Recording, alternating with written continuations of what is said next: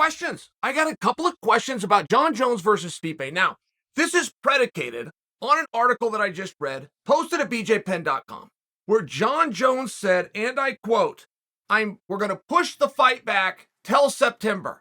I want the heavyweight GOAT at his absolute best. That's not a ton of information to go on.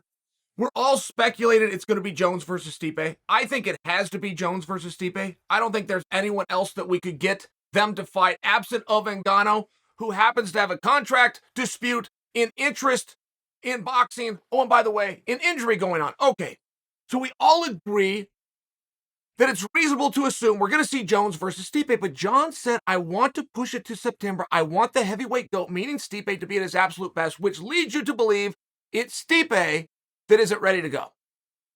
Is that true? Is that accurate? What is exactly the holdup for this match? And you've got to, whatever answer you have to put in conjunction with International Fight Week. The prized card of the year that is only 9 weeks away and is yet to be discussed.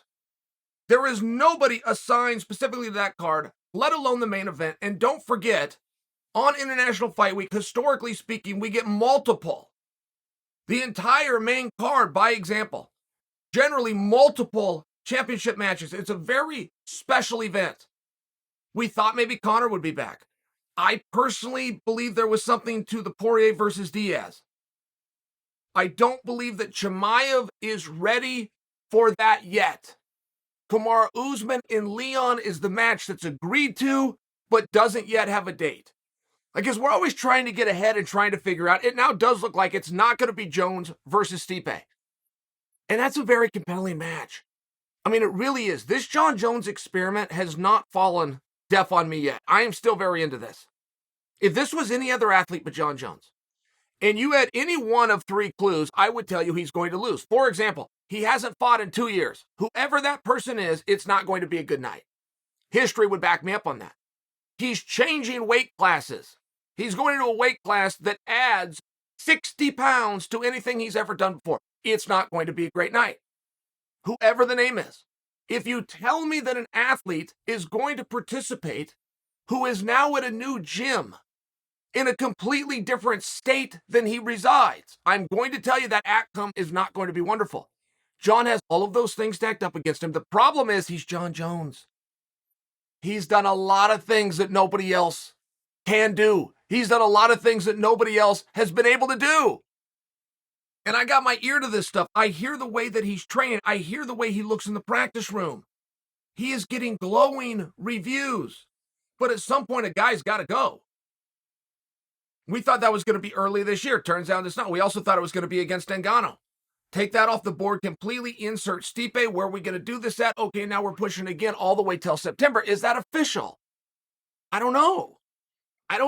Jon says, I'm going to push it till September. I want Stipe at his best, which leads you to believe that it's Stipe that's pushing back, but we don't have any evidence of this. Not as a hard fact, we don't. And it is really relevant. Like, I could think of a few guys that I would like to see Stipe fight. None of them, they would all fail in comparison to Jon Jones. However, on the other side of the coin, I could not name a few guys that I want to see Jon fight. I can only name one.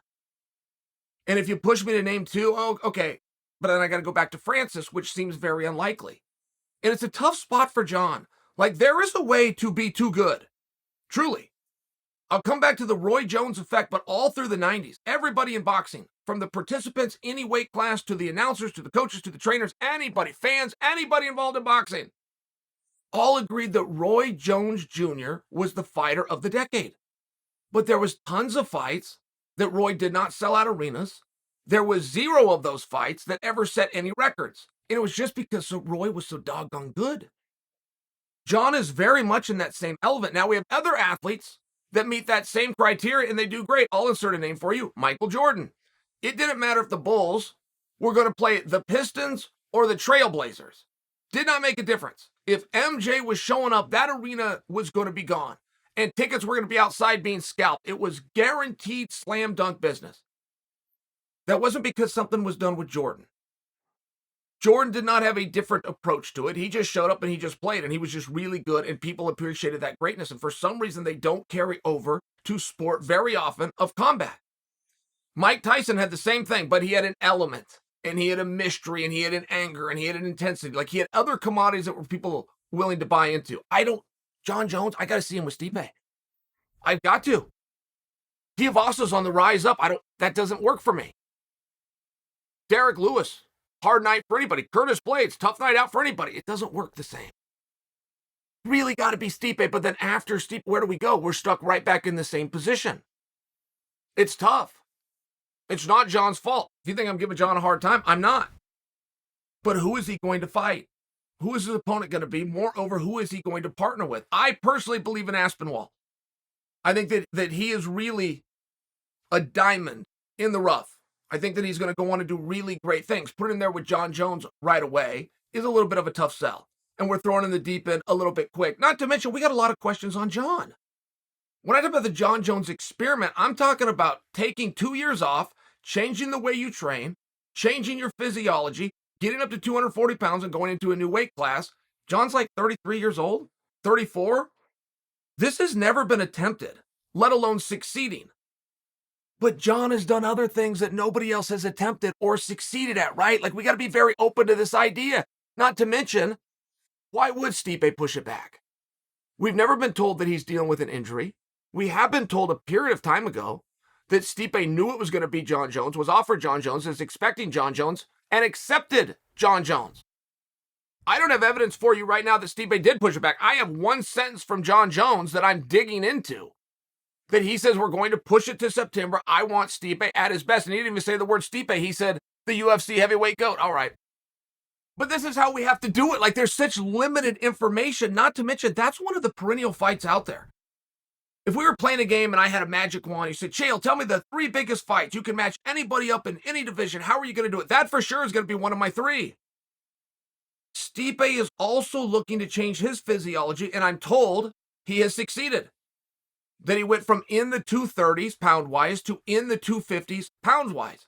For me, it's very important ingredient that whoever Jon faces next weighs more than Jon the day before when they get on the scale.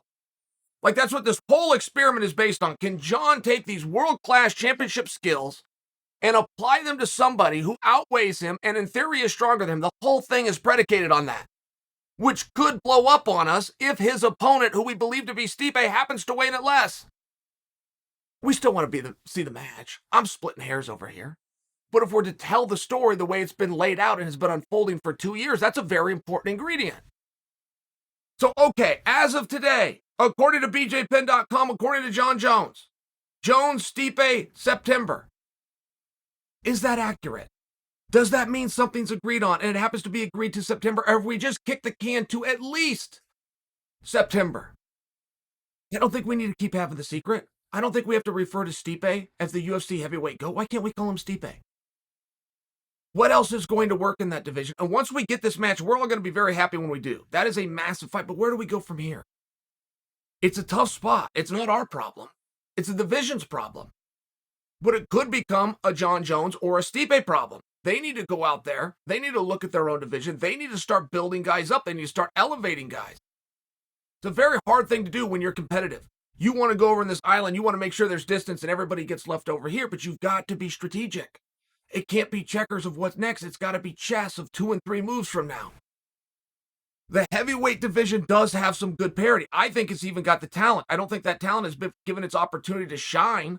I don't think it's risen to the levels. And again, I'm going to go back to Aspinwall. There's a few more names that I could mention for you as well. But those guys have got to get the rub sooner rather than later. Because when Jon and Stipe are done with each other, where do we go from there?